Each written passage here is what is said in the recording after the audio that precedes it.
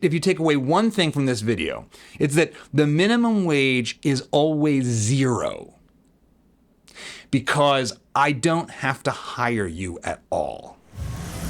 Hi there, friends, families, and foes of Dad Saves America. John Popola here, and I thought I'd take this Friday to talk about something that might be on all of our kids' minds, which is, now that school is mercifully finished, what are we going to do with the next 3 months? Where are we going to work? Well, if you happen to be cursed by living in California, the chances are your options have become a little limited. And so I want to talk about that a little bit and why I think it just might be the case that the children really do yearn for the mines. Minecraft proves that abolishing child labor was a mistake. The children yearn for the mines. And why we should be celebrating that. I can hear my true foes already grinding their teeth in joy to jump into the comments. Let's start off with what's happening in California, shall we? Fast food workers at places like Wendy's will see their hourly pay bumped to $20 per hour. Now, it's a win for fast food workers who want to make a livable wage. So, livable wage. This is a very common phrase. It goes all the way back to the beginnings of these essentially Marxist arguments about labor versus capital and should we have a living wage. Not every job is meant to or even sought after to sustain yourself, especially when it comes to our kids. A lot of these jobs are occupied by teenagers living at home with their parents. They don't need a livable wage. They need a first opportunity. And by cutting off the bottom, all you're doing is taking away options for people. You're saying, no, this set of choices that you might otherwise make on your own freely, you're not allowed to make because we think it's yucky. We think that for you. So we policymakers are going to say, you can't do what you want to do. You can't take a job that you are willing to take. I don't see how that helps anyone to reduce the number of choices they have. But let's continue. But as we learned tonight, not everyone thinks the pay increase is a good idea. It's very expensive to live here in San Diego and it's hard just to make it out here. So I think it's wonderful. People need higher wages to live here. I really feel for this woman because California is really expensive. San Diego is really expensive. One of the biggest parts of your cost of living is your housing. Housing in California is astronomically expensive. And the reason it's astronomically expensive is actually similar to the minimum wage, because what California has, to a larger extent than many other places, is minimum building requirements. They have very high bars you have to cross before you can actually build new housing. At every turn, they're trying to knock out the beginning rungs of the ladder. What that means is a house that might cost $300,000 in Houston costs almost $1 million in San Diego. And that's because of all of the rules and regulations and minimum standards that California imposes on building. I consider these hyper-regulated states to essentially follow a Hunger Games form of economics. It's let them eat cake economics. Now, here's an interesting little fact though. If you look at teenage unemployment rates, so 16 to 19 years. In 1953, the unemployment rate for teenagers was 6.7%. Now, here we are at under 10%, at least as of March 2023. Now, it's actually started to creep back up. So now, as of April 2024, it's at 11.7. In the grand scheme of things, we're actually at relatively low teen unemployment. And the question is, why? Why was it steadily rising and then came down? Well, I think for that, it's really useful to listen to a clip from the great Thomas Sowell. An editorial in the New York Times, quote, "Racial stereotypes still wreak havoc with the job possibilities of young black men," close quote.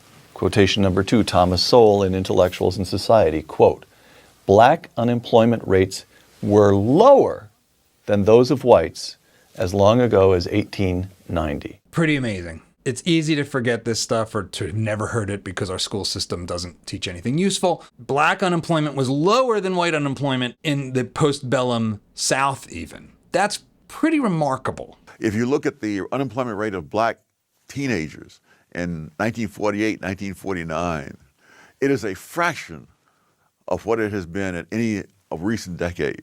The federal minimum wage said you must pay every worker at least this much. Yes. And when there was no minimum wage, kids, everybody, but particularly you're talking now about black teens, Yeah. could get paid Whatever. $1.50 an hour. See, but the for other carbon, thing- but they could get employment. They could Yes. start learning skills. They could reach the first rung on the ladder, so to speak. Yes. That's what's, all right. And people move up very quickly. I mean, McDonald's has over 100% turnover a year. People say he's out flipping hamburgers. Yes, he's flipping hamburgers in January. Does not mean he's going to be flipping hamburgers in December. If you develop basic skills and you can actually do a good job at work, you are incredibly valuable. And your employer is not only going to want to keep you, they're going to want to keep you happy. And that's just a fact.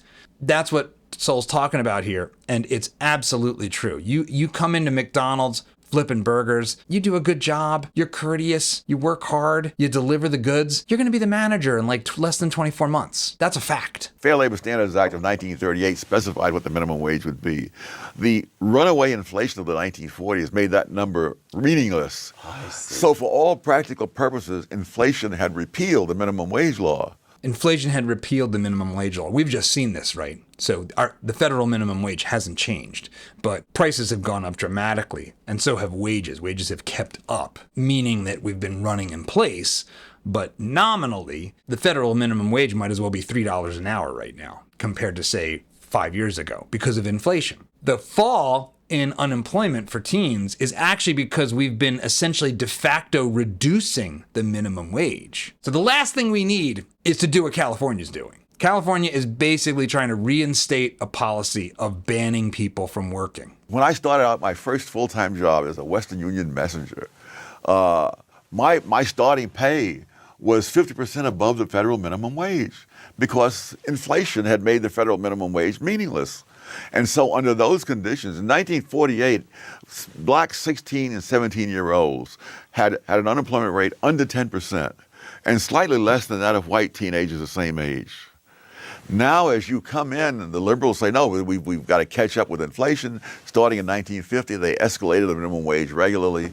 And then you began to see these horrendous rates of unemployment among black teenagers. You know, we talk about social justice all the time now in this country, and some of that is legitimate. There is a certain notion of equal treatment that I can get behind. And you know whose version of that I can't get behind are all the advocates for minimum wage back when people used to be honest. So I want to read a couple quotes. Here are quotes from the formerly honest and straightforward defenders of minimum wages and why they thought it was so. Royal Meeker, Princeton scholar, he was the labor commissioner for Woodrow Wilson. This is going back a while, but again, this is when these laws that we now celebrate as being great for workers were first getting put into effect. It is much better to enact a minimum wage law, even if it deprives these unfortunates of work. Better that the state should support the inefficient wholly and prevent the multiplication of the breed than subsidize incompetence and unthrift, enabling them to bring forth more of their kind. You will find this kind of eugenics, creepy language throughout the turn of the century as minimum wages were first being advocated for. They were explicit. Let's actually starve the imbeciles out of our society. And I use that term on purpose. Here's another one from the glorious New Republic back in 1916. Imbecility breeds imbecility, as certainly as white hens breed white chickens. And under laissez-faire, imbecility is given full chance to breed, and does so in fact at a rate far superior to that of able stocks. Labor unions at the time, especially in the North, were explicit that minimum wages were an essential tool for keeping Black Americans from coming into their areas and competing for jobs. This was a conscious effort to block opportunity for undesirables. That is what minimum wages are. That's what they've always been. Their nature hasn't changed. It's just a price control. If you're only allowed to buy $50,000 cars, that means anyone that can't afford a $50,000 car has been banned from buying a car. That is what is happening. Think about it that way.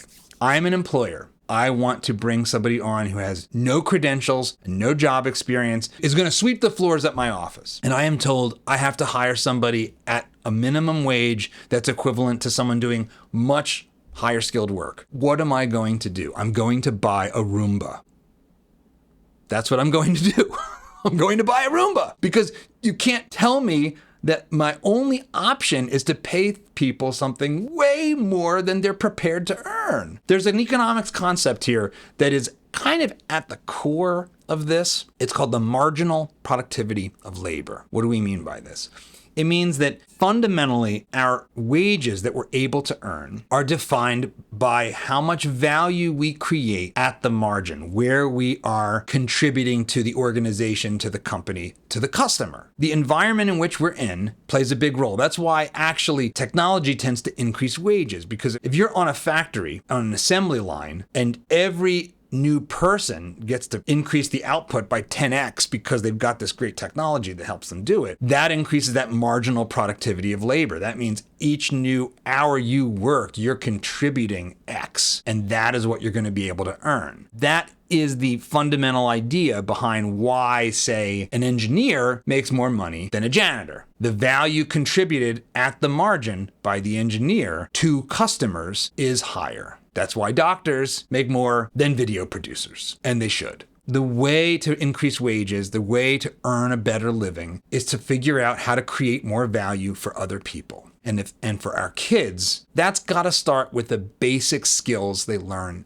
in work. A great way to think about what work is for our kids is school that pays you. That's what a job actually is for our kids. It is school that we don't have to pay for, that actually pays them. One of the reasons why I think this is so important is that I happen to believe that work is really, really useful, not just to earn a living, but to learn things. I actually think the idea of learning on the job is more profound than just the phrase, and especially for our kids. In fact, for me and for my wife, we have actually made choices for our son's education consciously based on whether work was baked into it. So he actually started getting jobs as early as 7th grade. And this past year, his senior year, he worked at the hospital 1 day a week. That's so important for us as parents, and it's so important for our kids, because work is where you learn some of the most basic skills to succeed in life. Showing up on time, being oriented towards helping others. And so how do I create value? How do I deal with difficult situations or difficult customers, difficult bosses? How do I work with a diverse group of people that come from different places and have different worldviews? When you go into the world of work, you encounter all of these things. And so when I say the thing we need more of in this country is child labor, that's what I'm talking about. Child labor laws are ruining this country. That is what we need. As parents, I think it's one of the most important things we can do. I thought I'd leave us with a quote from one of my favorite economists, Henry Hazlitt, who writes, "You cannot make a man worth a given amount by making it illegal for anyone to offer him anything less. You merely deprive him of the right to earn the amount that his abilities and situation would permit him to earn." And if we want our kids to step up the ladder, they've got to start learning to earn right now. Let me know what you think in the comments. Get your kids out there into the workforce as quickly as possible, because maybe the kids really do yearn for the mines after all, or they should. Have a great weekend.